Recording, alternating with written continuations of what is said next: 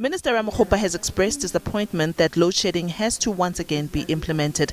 He has explained that the utility was forced to burn more diesel this week as reserves were depleted after some of their top power stations experienced breakdowns.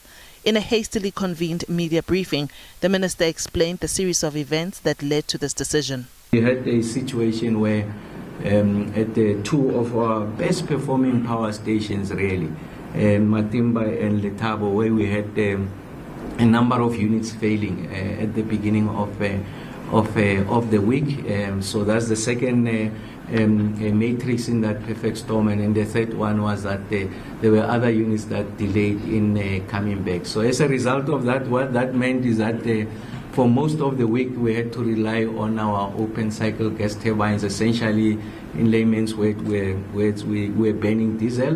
Remember, the peaking plants are designed to do exactly that, to help us to be able to stave off the intensification of load shedding or the initiation of load shedding. So what that meant is that we ran those peaking plants and we exhausted, if you like, our reserves. We are at a point where, for purposes of protecting the grid and the integrity of the system, we need to maintain the reserve margin. So if you had to ask me, as we sit here, even during the peak, we have enough to support ourselves, but we don't have, we have depleted the reserves. So we have taken a conscious decision that we are not following records. So what is the record? Ideally, we want to say a year without load shedding, we are proceeding, but no, that can't be at the expense of the system.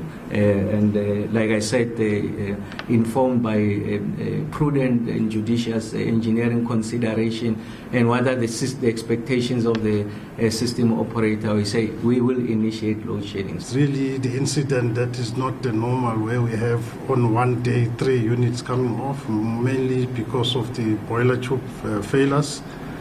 So we have started now with the repairs. The first unit, we're expecting it to come tomorrow. So, and we will be working over from tonight until over the weekend until mid next week to return some of these units, most of them by Monday, Tuesday.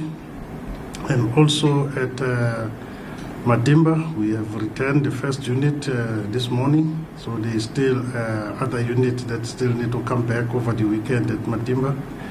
That also came off. Those are the 2 big stations that had almost 6 units between them that are off. If you take their size, it's about 3,600 megawatts. So that's what is critical, that those units, and these are also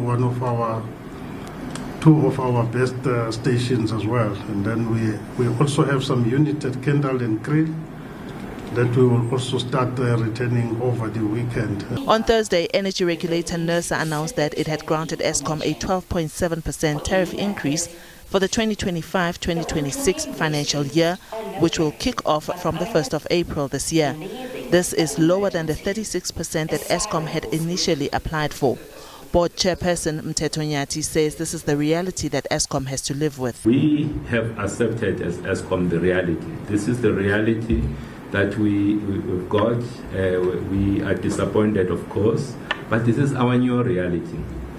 Like all businesses, we are business leaders, we're business people. We need to now be able to live within this new reality. So our drive now is we have to continue to be profitable and sustainable within this new reality. That may change some of the actions that we are doing internally in order for us to achieve that objective. So, but internally, the leadership team is clear. The focus now is let's continue to drive this business. Eskom CEO Den Marugane says his team's focus will be on getting the affected units back up. This has nothing to do with any other thing. It's an operational matter. We are comfortable that we understand the root causes of it, and then our teams are actually focusing on resolving those and bringing them under the leadership of Peggy over here. Kgosientsho, SABC News, Johannesburg.